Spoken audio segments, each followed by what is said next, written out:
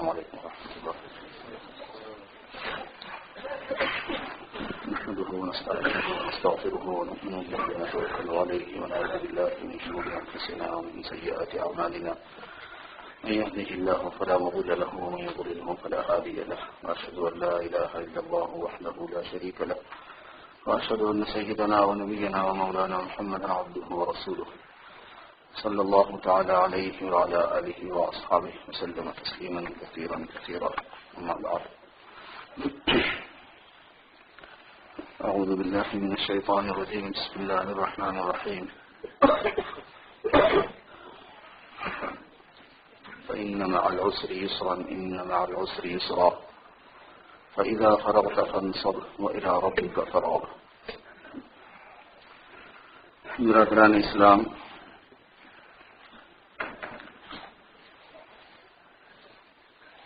ہر انسان کی زندگی کے ساتھ اللہ پاک کا یہ نظام ہے کہ اس کو کچھ اس کے موافق حالات سے آزمایا جائے گا اور کچھ اس کے ناموافق حالات سے آزمایا جائے گا. یہ دنیا امتحان کی جگہ ہے، ہر انسان کے امتحان کی جگہ ہے، اور یہ امتحان اللہ کی طرف سے، اللہ رب العزت کی طرف سے یہ دنیا میں بھیجا گیا ہے تاکہ اس انسان کو آزمایا جائے. الذی خلق الموت والحیات لیبلوکم، اللہ نے موت و حیات کو پیدا کیا تاکہ تمہیں آزمائے. اور آزمائش کس چیز کی ہے؟ ایکم احسن عملا، کہ کون بہتر عمل کرتا ہے. سب مسلمان بھائیوں کو اس لیے میرے دوستوں سب سے پہلے یہ ذہن بنانا ہوتا ہے کہ ہم اس دنیا میں اللہ کے نظام کے تحت ہیں، اور اللہ نے آزمائش کے لیے ہماری زندگی اس دنیا میں رکھی ہے. ہم اگر امتحان نہیں دیں گے تو بھی امتحان ہے، امتحان دیں گے تو بھی امتحان ہے. غفلت کا، لاپرواہی کا، دنیا میں مشغولیت کا اگر ہم نے وتیرہ بنا لیا، توبہ نہیں کرنے کا، گناہوں میں مسلسل اضافہ کرنے کا اگر ہم نے وتیرہ بنا لیا تو بھی ہم امتحان دے رہے ہیں. لیکن کس ٹائپ کا پرچہ ہم بھر رہے ہیں اس کا ہمیں خوب اندازہ ہے، اس کا رزلٹ کیا ہے. ہم سب امتحان دے رہے ہیں، اللہ نے امتحان کے لیے ہی دنیا میں رکھا ہے. یہی وجہ ہے کہ زندگی کی پلاننگ اپنی طرف سے کرنے کے ہم مجاہد ہوتے نہیں. ہم اپنا سیٹ اپ کریں گے، ہمارے ذہن میں یہ آ رہا ہے بھائی تم ہوتے کون ہے؟ تمہارا خالق نے تمہارے ساتھ ایک نظام بنایا ہوا ہے. ہم تو بندے ہیں، ہم کریٹر نہیں ہیں، ہم کریشن ہیں ان کی. ہم تو بندے ہیں، ہم تھوڑی کچھ کر سکتے ہیں. ہمیں تو ایڈجسٹ ہونا ہے، انہوں نے جیسا فرمایا ویسے کرنا ہے.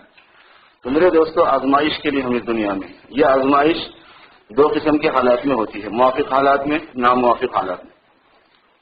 ایک کو شکر کے حالات کہتے ہیں، ایک کو صبر کے حالات کہتے ہیں. نعمتیں ہوں گی اور تکلیفیں ہوں گی، اور یہ آزمائش پوری دنیا کے انسانوں کے ساتھ ہے. غریب کے ساتھ ہے، امیر کے ساتھ نہیں. انڈین پاکستانی جو وہاں پہ رہتے ہیں ان کے ساتھ ہے، جو امریکہ پہنچ گئے ان کے ساتھ نہیں. بے پڑھے لکھے کے ساتھ ہے، پڑھے لکھے والے کے ساتھ نہیں.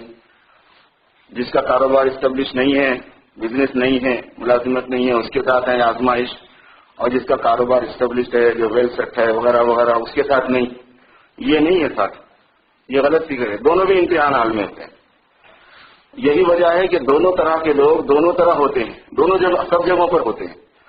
کسی بھی انسان کو جو بہتر سے بہتر سیٹ ہے، آپ اس کو ذرا اندر جا کے پوچھ لیجیے کہ مزاج کیسا ہے، پھر اس کی ردا سنیے، پتہ چلے گا. ابھی کیلیفورنیا کا سفر ہوا، بعض دوستوں کے گھر جانا ہوا، اتنے عالیشان مکان بنائے ہوئے ہیں. تو دیکھ کے خوش ہو گئی کہ مسلمان کا گھر ایسا ہونا چاہیے. جو نعمت ہو تو مسلمان کو نعمت ملے تو دوسرے مسلمان کو خوش ہونا ہے. کیونکہ سارے مسلمانوں کی طرف ایک کی ترقی میں سب کا اثر ہے، سب خوش ہیں. مسلمان ترقی پہ ہیں تو سب مسلمانوں کو خوشی ہے، بڑی خوشی ہوئی. اور ماشاءاللہ کیا اچھے مکانات. لیکن جب اندر گئے تو افسوس کی کوئی حد نہیں رہی کہ وہ جتنا غریب پریشان نکلا اندر سے، اس سے ہزاروں درجے اللہ نے حفاظت فرمائی گئی، ہزاروں نے لاکھوں درجے. بیویوں نے ایک مسئلہ کھڑا کیا ہوا ہے، اولاد نے ایک مسئلہ کھڑا کیا ہوا ہے. اولاد تو مسلمان ہی نہیں رہی ہے. اب کیا اس کے دل پہ، اس کے دل سے پوچھو آپ کے اتنے اچھے عالیشان مکان میں اس کا دل کیسا ہے. بیوی جو ہے بھاگ گئی ہے، وہ اس نے بچے کو لے لیا ہے، وہ 8 مہینے 9 مہینے سے بچے کو ملنے نہیں دیا اس نے، ایک بڑا مکان ہے اور 8-10 مہینے سے بچہ یہیں سے شہر میں رہتا ہے، دیکھ بھی نہیں سکتا آدمی، ریسٹرکشن ہے پولیس کی طرف سے، کیا دل تو ہوگی؟ یہ جو نظام ہے یہ آزمائش کا ہے، آزمائش ہے میرے دوستوں یہاں پہ، صرف یہ ہے کہ آزمائش کی شکلیں بدلتی ہیں، یہ بھی ایک چیز سمجھنے کی ہے، تھوڑی سی شکل بدلے گی، آزمائش ہوگی۔ جب ہم انڈیا پاکستان بنگلہ دیش ادھر ہوتے ہیں نا تو ہماری آزمائش اور اطلاعات کی شکلیں ہیں۔ ایک شکل یہ ہوتی ہے کہ صاحب لائٹ وقت پہ نہیں آ رہی، شٹ ڈاؤن ہوتے جا رہا ہے، روڈ خراب ہے، ٹریفک ایسی جام ہے، والیوشن اتنا زیادہ ہے، پانی وقت پہ نہیں آ رہا ہے، پانی کی پریشانی، لائٹ کی پریشانی، روڈوں کی پریشانی، گاڑیوں کی پریشانی، ٹرانسپورٹیشن کی پریشانی ہے۔ آدمی سوچتا ہے کہ یار امریکہ بھاگ گئے، ایسے یہ طریقے کا راستہ نکالا آدمی امریکہ بھاگ گیا، ارے واہ بھائی یہاں پہ سڑکیں ایسی ہیں، یہاں پہ کبھی یہاں پہ لائٹ کا مسئلہ نہیں ہے، یہاں پہ پانی کا مسئلہ نہیں ہے، یہاں پہ سڑکوں کا مسئلہ نہیں ہے، یہاں پہ سواری کا مسئلہ نہیں، تو مصیبت ختم ہو گئی ہے۔ شکل بدلتی ہے، یہ شکل بدلنے پر فہم کی غلطی جو ہے یہ فرعون کو ہوئی ہے۔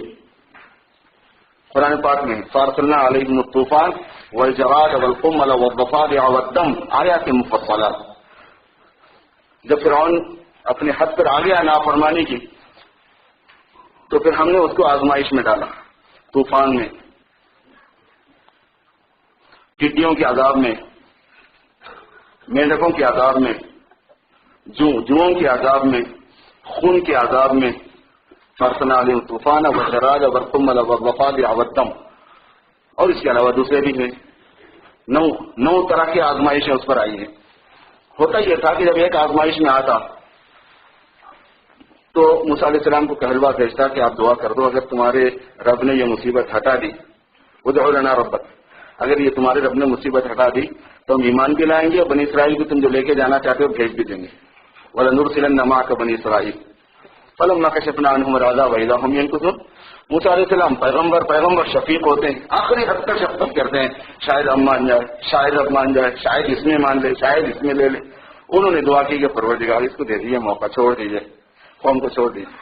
وہ ناز والے پیغمبر سے منوا لیتے تھے اللہ سے، جب پہاڑ پہ گئے اور مان لیا، منوا لیا، اپنا کام کر لیتے تھے، بس وہاں سے فائل پہ دستخط کرانی ہوتی تھی، خالی منظور کر لیتے تھے اللہ پاک ان کی بات، وہ مصیبت ہٹ جاتی۔ جیسے مصیبت ہٹتی تو فرعون سے کہتے ہیں بھائی مان جاؤ، بنی اسرائیل کو میرے ساتھ بیٹھ کے، کہنے کے اس کی کیا شیورٹی ہے کہ یہ تمہارے دعا کرنے سے ہی ہٹی مصیبت؟ وہ حالات ہیں، آتے رہتے ہیں جاتے رہتے ہیں، گرمی تو لگی ہوئی ہے، بس میں تو بچ گیا، قصہ ختم، جاؤ یہاں پہ۔ طوفان والجراد والقمل، دوسرا مصیبت آ گیا جوؤں کا، ہر چیز میں جوئیں پڑ گئی، والضفادع، ہر چیز میں مینڈک گھس گئے، ان کے بستروں میں مینڈک، کپڑوں میں مینڈک، پانی میں مینڈک، کھانے میں مینڈک، عجیب عذاب ہو گیا تھا، کوئی چیز سے بچنا مشکل ہو گیا تھا، جس میں دیکھو اس میں مینڈک ہی مینڈک ہے، ٹاٹ ہے۔ وہ کہتے ہیں بس دعا کرا دو، میں تو عاجز ہو گیا ہوں، دعا کرا دی، موسیٰ علیہ السلام نے دعا کر دی، اللہ نے سن لی، ارے میاں چلتے رہتا ہے۔ تو شکل بدلنے سے یہ سمجھنا کہ مصیبت ختم ہو گئی، یہ فرعون کی غلط فہمی ہے۔ اللہ محفوظ فرمائے مجھے اور آپ کو کہ مسلمان فرعون والی غلط فہمی میں نہ پڑے۔ یہاں ہم آگے شکلیں ہی تو بدلی ہیں، اس سے زیادہ تو ہیڈک ہے، اس سے زیادہ تو ٹینشن ہے، اس سے زیادہ تو اسٹریس ہے، اس سے زیادہ تو پرابلمس میں ہیں ہم، اور مسلمان پرابلم میں آتا ہے دین میں کمزوری سے، یہ قاعدہ ہے۔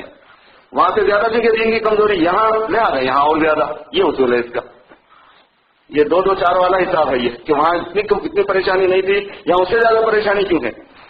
وہاں اتنی بدتمیزیاں نہیں تھی، یہاں اس سے زیادہ بدتمیزی ہے، یہ اس کا جواب ہے۔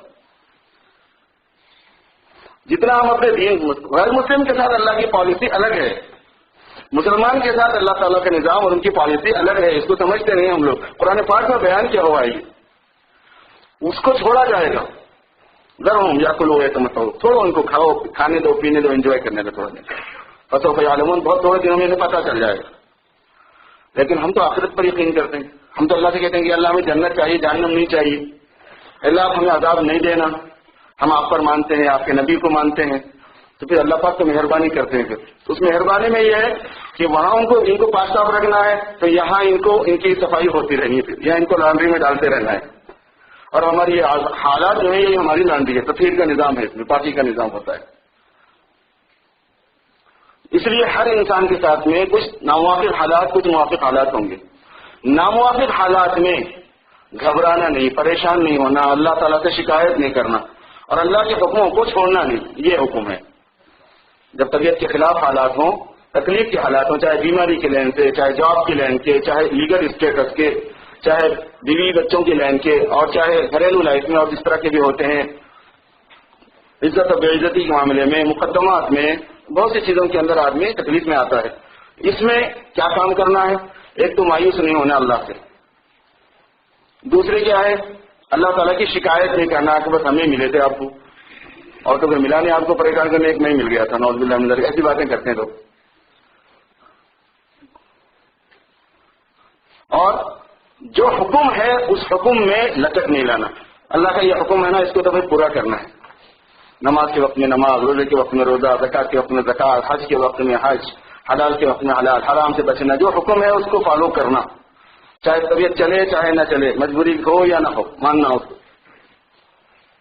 کتنے ساتھیوں کو دیکھا کہ کام نہیں بن رہے تو اعمال میں سستی آ جاتی. اتنے دنوں سے میں نماز پڑھ رہا تھا، کام ہی نہیں بناتے، بس میں بھی سونے لگ گیا. بس ایسے آتے ہیں خبریں، لوگ جو ہے نا کہلواتے ہیں. ایک صاحب نے ایسی بڑی داڑھی رکھی کہ رسول پاک صلی اللہ علیہ وسلم کا طریقہ ہے، رکھنا چاہیے، اسلام میں ضروری ہے. وہ اپنے بیچارے دنیا میں حالات میں تھے تو بھائی اب تو اللہ میں ضرور مان جائیں گے، صورت کو تو دیکھ کے مان ہی جائیں گے کہ بھائی یہ میرے حبیب کی صورت کیا ہے. تو بہت دنوں تک اس کا کام نہیں بنا. اس نے پوری داڑھی صاف کی، اللہ نے کہا یہ لے لو تمہاری، جب کام نہیں بناتے تو یہ لے لو. بندگی جو ہے وہ غرض کی نہیں ہوتی ہے. بندگی جو ہوتی ہے وہ غرض کی نہیں ہوتی. نماز ہم اس لیے نہیں پڑھنا ہے کہ ہمارے دنیا کے کام بنے. دین کو اس لیے نہیں چلنا ہے کہ ہمارے کام بنے، دنیا کی پریشانیاں دور ہوں، گھروں سے آفتیں دور ہوں. بھائی یہ تو بندگی ہے، اللہ کو خوش کرنا ہے. ہم اللہ کے بندے ہیں، اللہ کے غلام ہیں.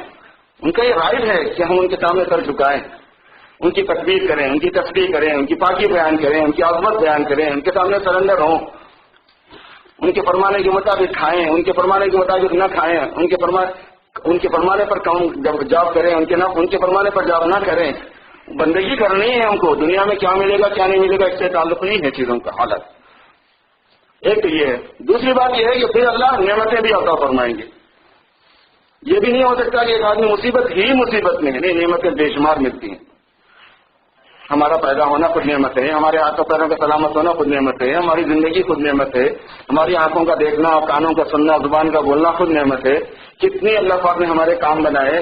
لوگوں کو دیکھیے آپ کہ کیسے ان کے کام رکے ہوئے ہوتے ہیں. شادیاں اپنے وقت پر ہو گئی، اولاد ہو گئی، جاب لگی ہوئی ہے، مکان بن گئے، سواریاں اللہ نے دی، روزانہ کھانے پینے کو ملتا ہے، ہر طرح کی کھانے پینے کی سہولت ہے. تو کیا نعمت اللہ ہم کو حاصل نہیں ہے؟ سب طرح کی نعمتیں حاصل ہیں. تو اس میں اللہ تبارک و تعالیٰ کا شکر ادا کرنا ہے. تو یہ اللہ نے فرمایا کہ ان مع العسر یسرا، ان مع العسر یسرا. یہ بات یاد رکھ لو کہ دشواری آئے گی تو اس کے ساتھ آسانی رہے گی. دشواری آئے گی تو اس کے ساتھ آسانی رہے گی. مصیبت کے ساتھ نعمت کا نظام ہے. اور ان دونوں میں جو چیز چاہیے وہ اس کے بعد والی آیت میں ہے میرے دوستو. وہ اصل مجھے سنانا بھی تھا لیکن یہ بھی بارہ سنا نہیں تھا. جب بات چلتی ہے تو دینی کی باتیں ہیں تو سبھی سننی چاہیے، فائدہ ہوتا ہے.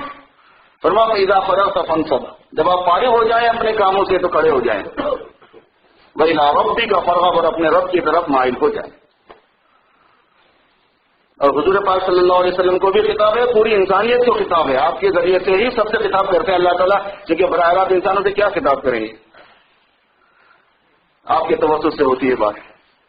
تو حضور پاک صلی اللہ علیہ وسلم کو بھی جو مشغولیت تھی وہ دو طرح کی تھی. وہ یہ ہے کہ مخلوق کی ہدایت کی محنت کرو، تبلیغ کرو، سمجھاؤ، قرآن پاک کی تلاوت کرو، تعلیم کرو، ان کی تربیت کرو. یہی فرماتے، یہی آپ کا جاب، یہی آپ کی مشغولیت تھی. لیکن یہ اللہ کے حکم سے تھی، اور اللہ پاک کے حکم کی وجہ سے مخلوق کی طرف متوجہ ہونا، اللہ ہی کی طرف متوجہ ہونا ہے. ان کے کہنے پر ہی تو متوجہ ہوئے، اور متوجہ بھی کیا کر رہے ہیں؟ انہیں تو ان کی طرف ہی تو متوجہ کر رہے ہیں. اللہ ہی کی طرف تو بلا رہے ہیں سب کو.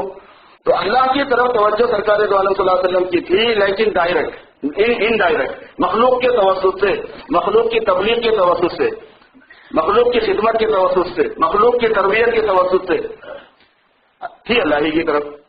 لیکن نبی پاک صلی اللہ علیہ وسلم کا، ایک نبی کا جو کام ایک اور ہوتا ہے وہ یہ کہ بغیر توسط کے بھی ڈائریکٹ اللہ کی یاد میں رہنا، سب سے ہٹ کر ایک سوئی کے ساتھ، کانسنٹریشن کے ساتھ سب چیزوں کو بھول کے، سب چیزوں سے الگ ہو کے، ذہن ہٹا کے یکسو ہو کر اللہ کی طرف متوجہ ہونا۔ حضور پاک صلی اللہ علیہ وسلم کو اللہ نے یہ فرمایا کہ جب وہ کام سے آپ فارغ ہو جائیں تو پھر یہ کام میں لگ جائیں۔ اب اندازہ لگائیے، کوئی دین کا کام کر رہا ہو، کوئی پڑھا رہا ہو، کوئی تبلیغ کر رہا ہو، کوئی گشتیں کر رہا ہو، کوئی مخلوق کی خدمت کر رہا ہو، کوئی سوشل سروس میں ہو، کچھ بھی جو بھی کام ہو رہا ہو، وہ کام سے فارغ ہو پھر اللہ کی طرف متوجہ ہو جاؤ۔ جب دین کے کاموں میں یہ بات ہے تو جو ہماری ملازمتیں ہیں، جو ہمارے جاب ہے، جو ہمارے کام ہے، جو ہمارے دھندے ہیں، بتائیے کہ ان سے فارغ ہونے کے بعد کیسے ہم سے مطالبہ نہیں ہوگا کہ تم اپنے رب کی طرف متوجہ ہو جاؤ۔ اللہ یہ چاہتے ہیں سارے انسانوں سے، مجھ سے بھی اور آپ سے بھی، سارے انسانوں سے، کہ یہ سارے بندے میری معرفت حاصل کریں اور میری طرف متوجہ ہوں، مجھ کو یاد کرنے والے بنے۔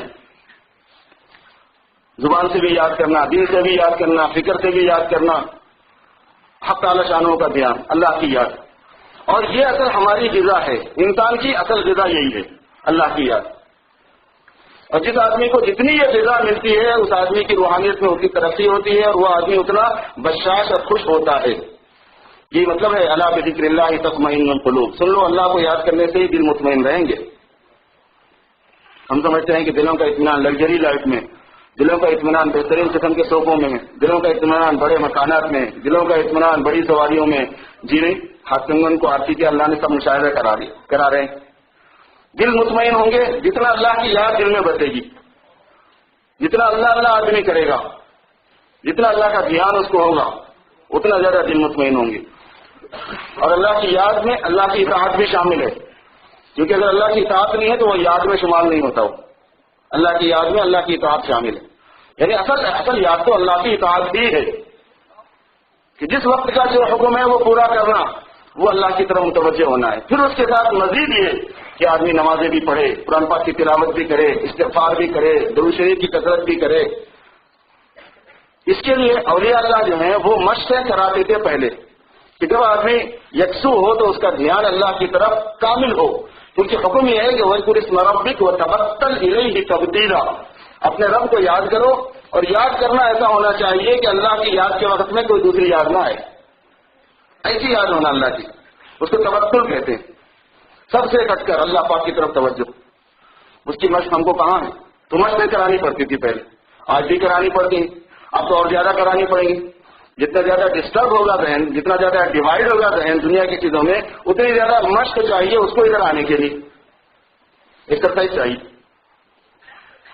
اسی وجہ سے نظام ولایت ہے، اولیاء اللہ کا نظام اللہ نے دنیا میں رکھا ہے۔ اگر اولیاء اللہ کا نظام نہ ہو تو جو اصل اللہ کی طرف توجہ رکھنا ہے انسانوں کو، وہ ہوگی نہیں پھر انسانوں سے۔ وہ اسی لیے ہوتا ہے، پوری دنیا میں اولیاء اللہ کا نظام شروع سے لے کے قیامت تک رہے گا، اور وہ محض اس لیے رہے گا کہ وہ تو ولایت تو ان کی ہوتی ہی ہے، لیکن مخلوق کو خالق سے جوڑنا اور ان کو متوجہ کرنا کامل طریقے پر، یہ تو اسی پر موقوف ہے کہ ان کی اس طرح تربیت کی جائے۔ ایسی توجہ چاہیے اللہ کی طرف کہ کوئی دوسرا دھیان نہ آئے۔ وما امروا الا ليعبدوا الله مخلصين له الدين حنفاء، اللہ کی عبادت کریں، دین کو خالص کر کے کریں، پھر یکسو ہو کر کریں۔ حنیف کہتے ہیں یکسو کو، ایک طرف ہونے والے کو۔ وَيُقِيمُوا الصَّلَاةَ وَيُؤْتُوا الزَّكَاةَ وَذَلِكَ دِينُ الْقَيِّمَةِ، اس لیے میرے دوستو، جیسے ہی حضور پاک صلی اللہ علیہ وسلم نے تربیت فرمائی صحابہ کی، صحابہ نے تربیت فرمائی تابعین کی، تابعین نے تربیت فرمائی تابعین کی، یہ پورا نظام تربیت کا جو ہے جس کو ہم تزکیہ کہتے ہیں، جناب رسول اللہ صلی اللہ علیہ وسلم فرماتے تھے، اس پورے تزکیے کا جو نظام ہے وہ اللہ رب العزت کی طرف کامل توجہ سے متعلق ہے۔ مسجد کے ساتھی آپ کے پاس آ رہے ہیں، توجہ فرمائیے۔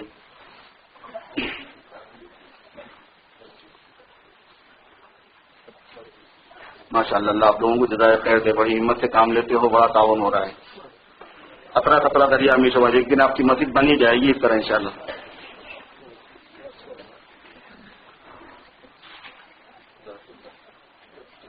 اسی لیے میرے دوستو اللہ کو یاد کرنا ہے۔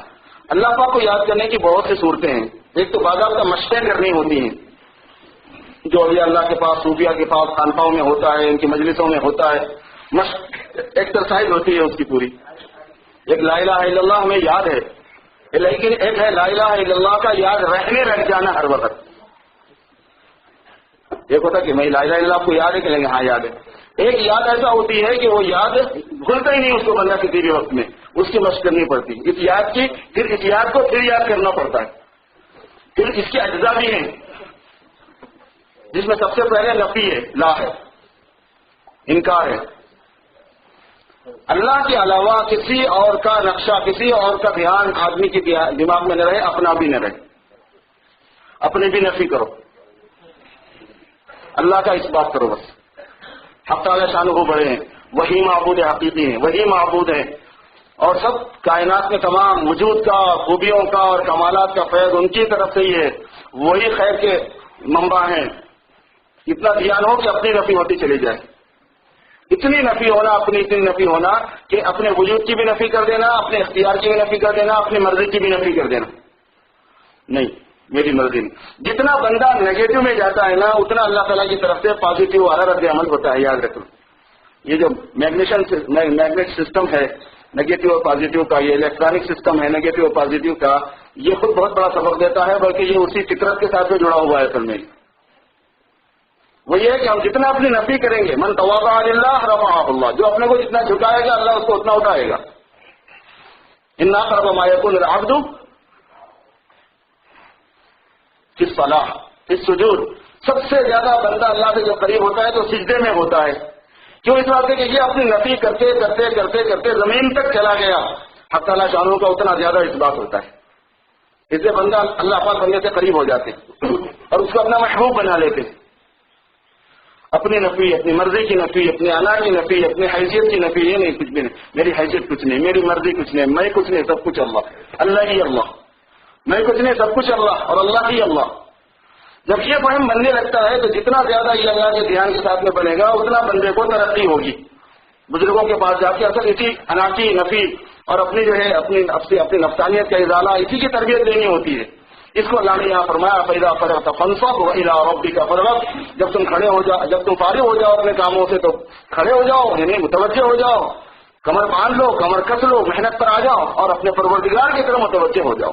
اور متوجہ ہونا ایسا کہ چلتے پھرتے اٹھتے بیٹھتے لیٹتے ہر حالت میں اذکروا اللہ قیاما وقعودا وعلی جنوبہم ویتفکرون فی خلق السماوات والارض اذکروا اللہ حتی یقال انہ لمجنون، اتنی کثرت سے اللہ کو یاد کرنے والے بن جانا کہ لوگ کہنے لگے کہ پاگل ہے، یہ دیوانہ ہے۔ جیسے آدمیوں کو دیوانگی لگتی ہے، کسی کو کرکٹ کی دیوانگی لگتی ہے، کسی کو گاڑیوں کی دیوانگی لگتی ہے، کسی کو کپڑوں کی دیوانگی لگتی ہے، کسی کو کھانے پینے کی دیوانگی لگتی ہے، کسی کو عورتوں کی دیوانگی لگتی ہے۔ یہ تو اللہ کا دیوان، اللہ کی یاد کا دیوانہ ہے۔ لوگ کہیں گے یہ تو اس کو تو صبح سے جانتے ہیں، کسی کو تبلیغ کی دیوانگی رہتے ہیں، تبلیغ کا دیوانہ بولتے ہیں۔ تو ایسے ہی اللہ کی یاد کی ایک دیوانگی ہوتی ہے، اور یہ پسندیدہ ہے یہ کہ چلتے پھرتے اٹھتے بیٹھتے زبان اللہ تبارک و تعالیٰ کی یاد میں، لا یزال لسانک رطبا من ذکر اللہ، تمہاری زبان اللہ کے ذکر میں ہمیشہ تر و تازہ رہے۔ اللہ تعالیٰ ہم سب کو عمل کی توفیق دے، جن بھائیوں نے سنت نہیں پڑھی پڑھ لی۔